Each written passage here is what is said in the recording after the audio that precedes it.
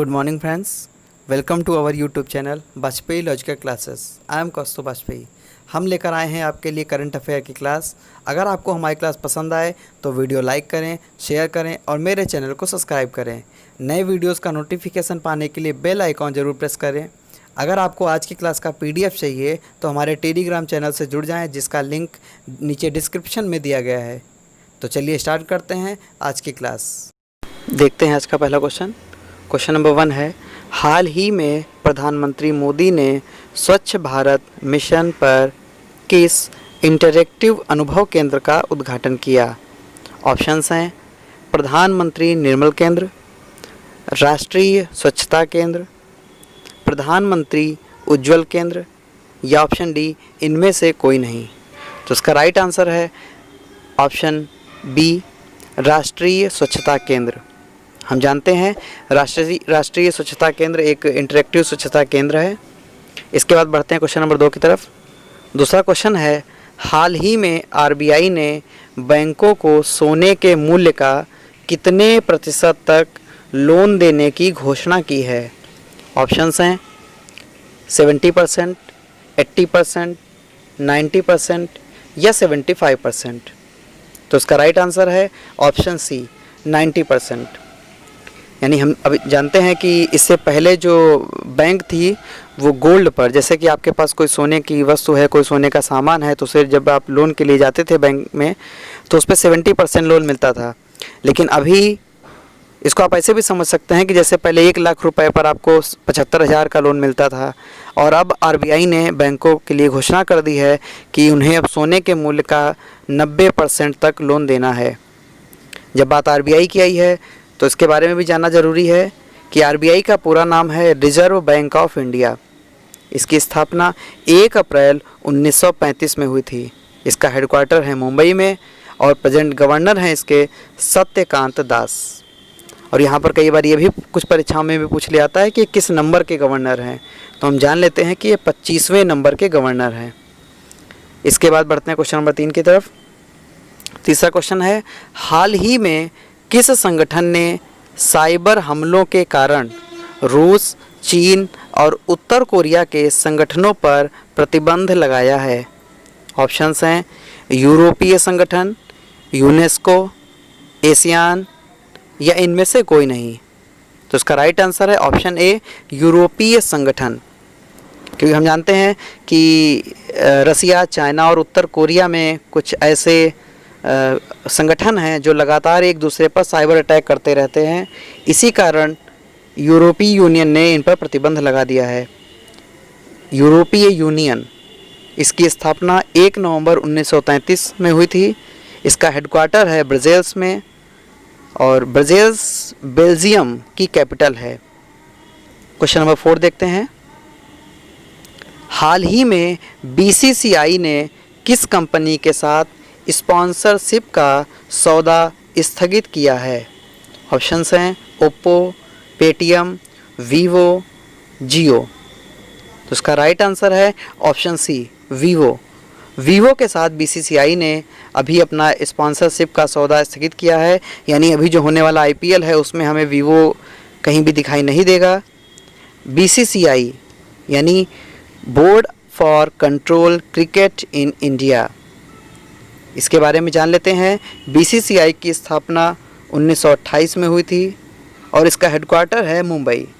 इसके present president हैं सौरव गांगुली और सेक्रेटरी हैं इसके हमारे देश के गृह मंत्री अमित शाह के बेटे मिस्टर जय शाह।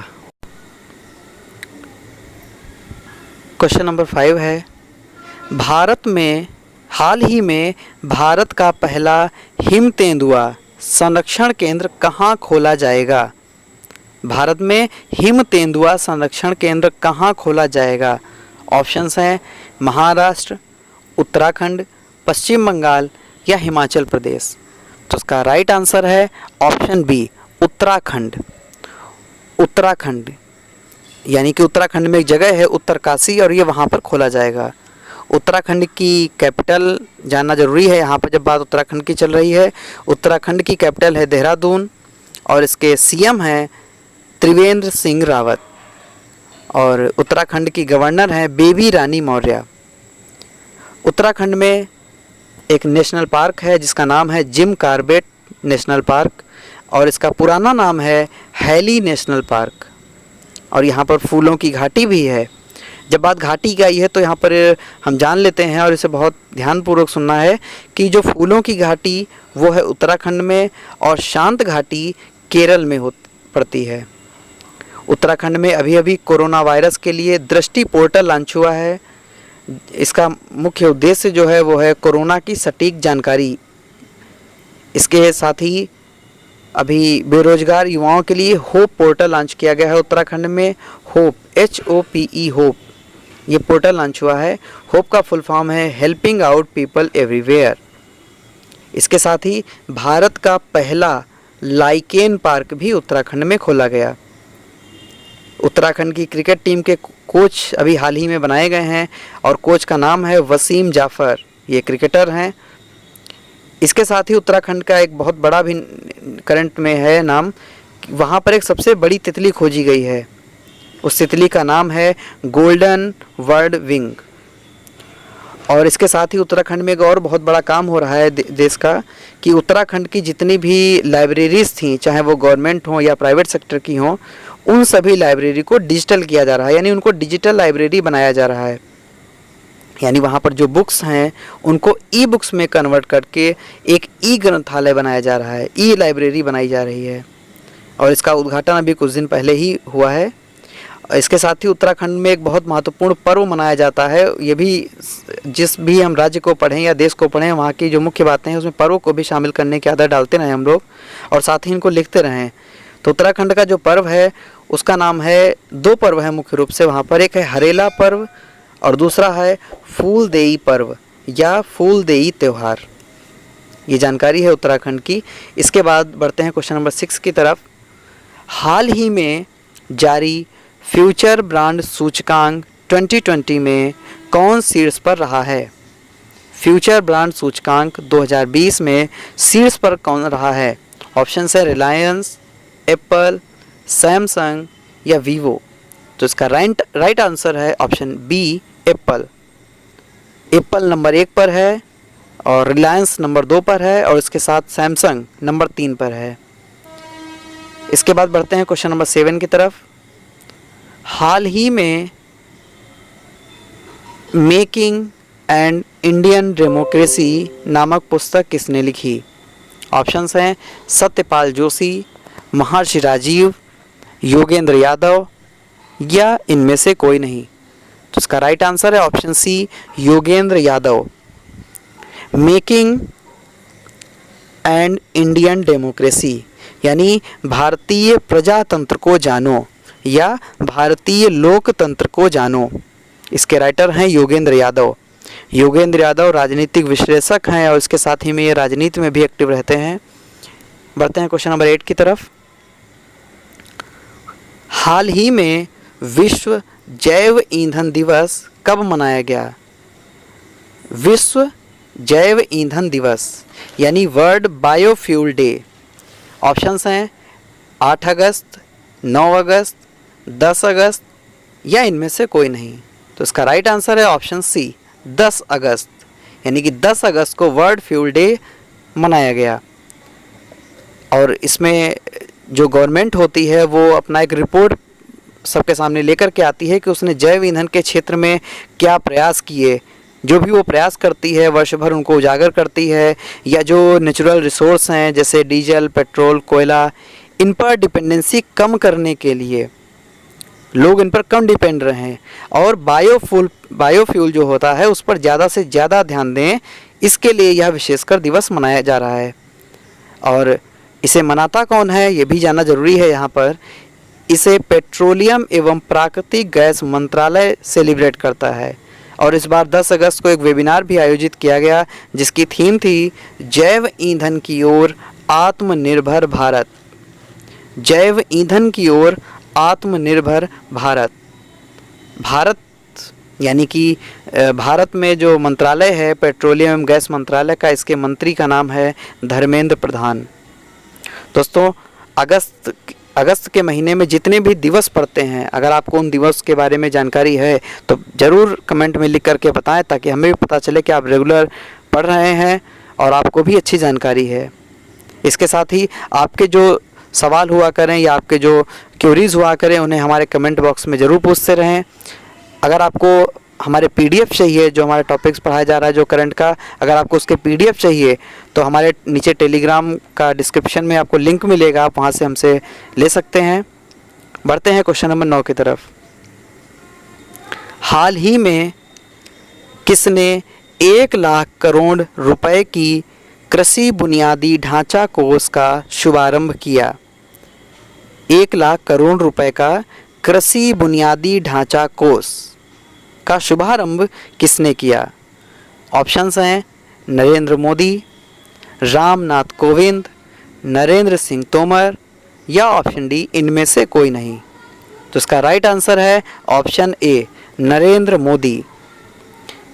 ये है किस लिए, इसको भी जानना जरूरी है कि जो कृषि बुनियादी ढांचा कोष बनाया गया है, ये मुख्य रूप से कृषि उपज की जो कटाई होती है उसके बाद उसका सही तरीके से प्रबंधन और उपज का विपणन भी सही तरीके से हो, इसलिए ये बनाया गया।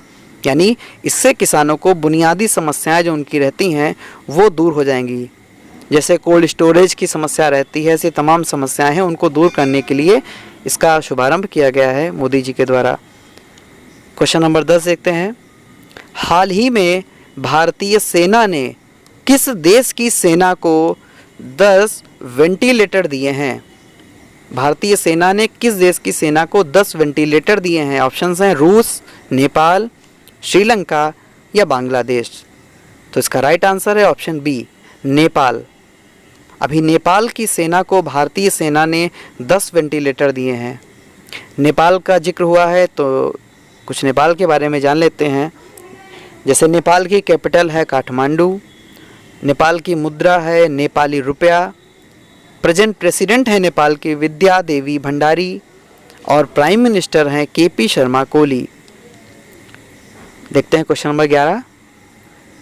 हाल ही में किसने 10 अगस्त से स्वच्छता सप्ताह मनाने का ऐलान किया है? स्वच्छता सप्ताह मनाने का ऐलान किया है।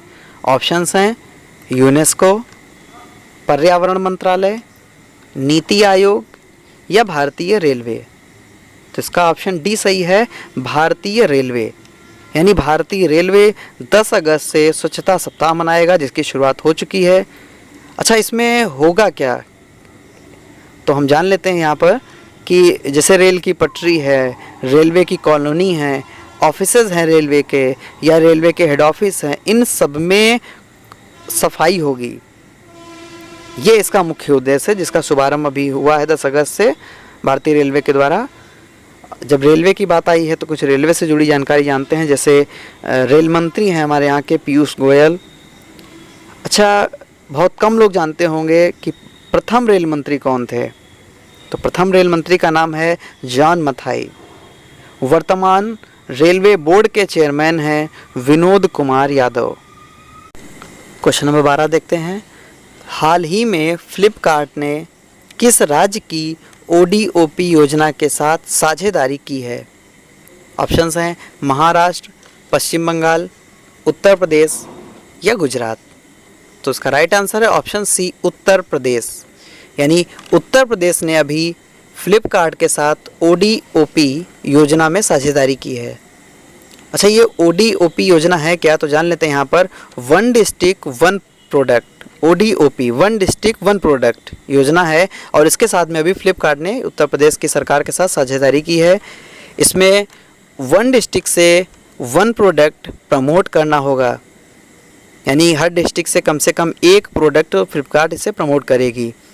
जब बात फ्लिपकार्ट की है तो जान लेते हैं इसकी स्थापना सचिन बंसल और बिन्नी बंसल ने की थी, जिसे बाद में वॉलमार्ट ने खरीद लिया था।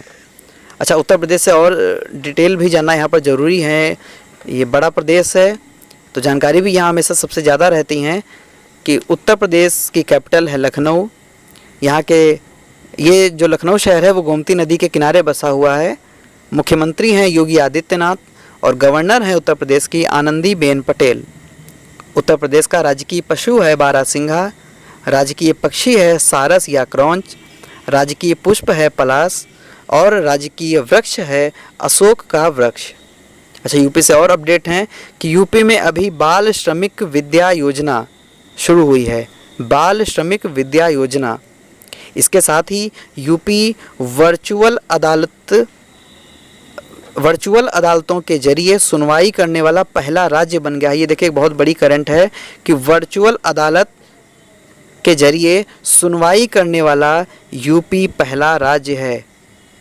इसके साथ ही यूपी में प्रवासी राहत मित्र ऐप, आयुष कवच ऐप भी लॉन्च किए गए हैं और कोरोना हॉटस्पॉट क्षेत्रों में आरोग्य सेतु ऐप को अनिवार्य कर दिया गया है।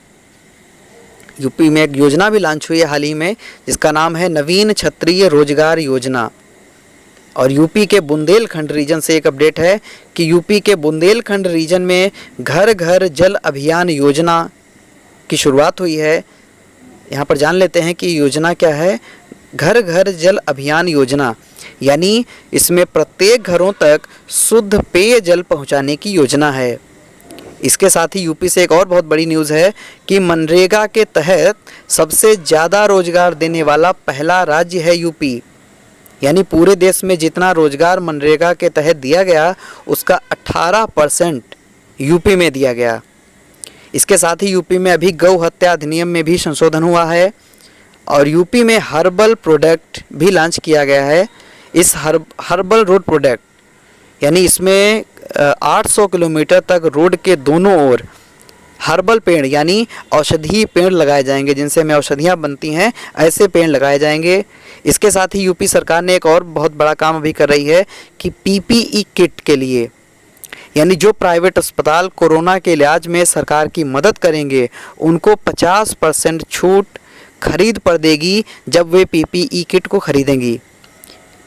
उत्तर प्रदेश में दुधवा नेशनल पार्क है, चंद्रप्रभा वाइल्ड लाइफ और करतनिया घाट वाइल्ड लाइफ सेंचुरी हैं। इसके साथ बढ़ते हैं क्वेश्चन नंबर 13 की तरफ। हाल ही में किस देश ने पर्यावरणीय आपातकालीन स्थिति की घोषणा की है? ऑप्शंस हैं ऑस्ट्रेलिया, लेबनान, मॉरिशस या स्विट्जरलैंड। तो इसका राइट आंसर है मॉरिशस। मॉरिशस ने अभी पर्यावरणीय आपातकालीन स्थिति की घोषणा की है। अच्छा, मॉरिशस की बात आई है तो जान लेते हैं यहाँ की कैपिटल। मॉरिशस की कैपिटल है पोर्ट लुइस, करेंसी है मॉरिशस रुपए और प्रेजेंट प्राइम मिनिस्टर हैं प्रविंद जुगनाथ।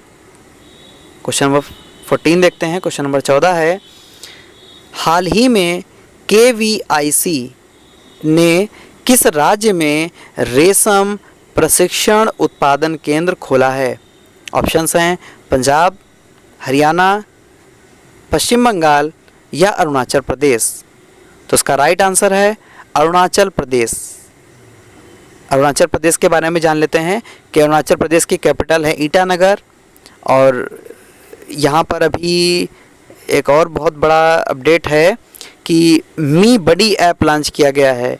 मी बडी ऐप का मतलब है कि ये कोरोना से लड़ने के लिए या कोरोना से फाइट के लिए एक ऐप ये वहाँ पर शुरू किया गया है, लॉन्च किया गया है।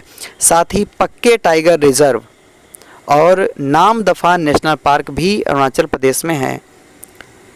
इसके साथ एक और बहुत इम्पॉर्टेंट बात है, सब नोट कर लीजिएगा इसे, कि पक्के पागा हॉर्नबिल फेस्टिवल मनाया जाता है अरुणाचल प्रदेश में। अच्छा, पक्के पागा हॉर्नबिल ये फेस्टिवल होता है अरुणाचल प्रदेश में और एक इसी से मिलता जुलता फेस्टिवल है हॉर्नबिल फेस्टिवल, जिसे नागालैंड में मनाया जाता है। अभी अरुणाचल प्रदेश में डापोरिजो ब्रिज का भी उद्घाटन हुआ है। देखते हैं क्वेश्चन नंबर 15। हाल ही में किस IIT ने बीज गेंद विकसित की है? बीज गेंद विकसित की है। ऑप्शंस हैं IIT Mumbai, IIT Delhi, IIT Kanpur या IIT खड़गपुर। तो उसका राइट आंसर है ऑप्शन सी IIT कानपुर। यानी IIT कानपुर ने बीज गेंद विकसित की है। बीज गेंद ये एक स्वदेशी बीज गेंद है या सीड बैंक इसको हम बोल सकते हैं, सीड बीज भी इसको बोलते हैं, कि ये गेंद होती है ऐसी जिसके अंदर बीज भरे होते हैं, मिट्टी होती है और खाद होती है, इनका सबका कॉम्बिनेशन होता है और इसे सड़क के किनारे यूं ही अगर हम फेंक दें तो गड्ढे खोदने की ज़रूरत नहीं पड़ेगी और उसी में अपने आप ही जो वो हमारी गेंद है उसी से एक नया पौधा उग जाएगा, जो ये बहुत अच्छा काम हो सकता है और ये तकनीक बहुत कारगर होने वाली है। इसके बाद देखते हैं क्वेश्चन नंबर 16। हाल ही में किस देश ने तुर्की के सांसद को अपना प्रतिष्ठित पुरस्कार देने की घोषणा की है? ऑप्शंस हैं पाकिस्तान, भूटान, म्यांमार या अफ़गानिस्तान। तो इसका ऑप्शन ए सही है, पाकिस्तान। यानी पाकिस्तान ने अपना प्रतिष्ठित पुरस्कार तुर्की के सांसद को देने की घोषणा की है। एक सांसद हैं वहाँ के जिन्होंने पाकिस्तान और जो टर्की है इन दोनों के बीच मित्रता को बढ़ाने का अच्छा काम किया है, इनको ये पुरस्कार दिया जाएगा। अच्छा, टर्की की बात आई है तो जान लेते हैं कि टर्की की कैपिटल है अंकारा और यहाँ की करेंसी है तुर्किश लेरा और टर्की के प्रेसिडेंट हैं तैयब एर्डोगन। देखते हैं क्वेश्चन नंबर 17। Question number 17। हाल ही में भारत ने किस देश के लिए लाइन ऑफ क्रेडिट का विस्तार किया है? लाइन ऑफ क्रेडिट का विस्तार किया है भारत ने। ऑप्शंस हैं मालदीव, नेपाल, चीन या ऑप्शन डी पाकिस्तान। तो इसका राइट आंसर है ऑप्शन ए मालदीव। यानी मालदीव के लिए भारत ने लाइन ऑफ क्रेडिट का विस्तार किया है। अच्छा, मालदीव की कैपिटल है माले और यहाँ की जो करेंसी है वो है मालदीवियन रुपया और यहाँ के जो प्रेसिडेंट हैं मालदीव के उनका नाम है इब्राहिम मोहम्मद सोली। अगर आपको इसके हम पहले ही बता चुके हैं, अगर आपको आज की जो करंट की क्लास चली है अगर आपको इसके PDF चाहिए तो आप टेलीग्राम से ले सकते हैं, जिसका लिंक नीचे डिस्क्रिप्शन में दिया गया है। Thank you.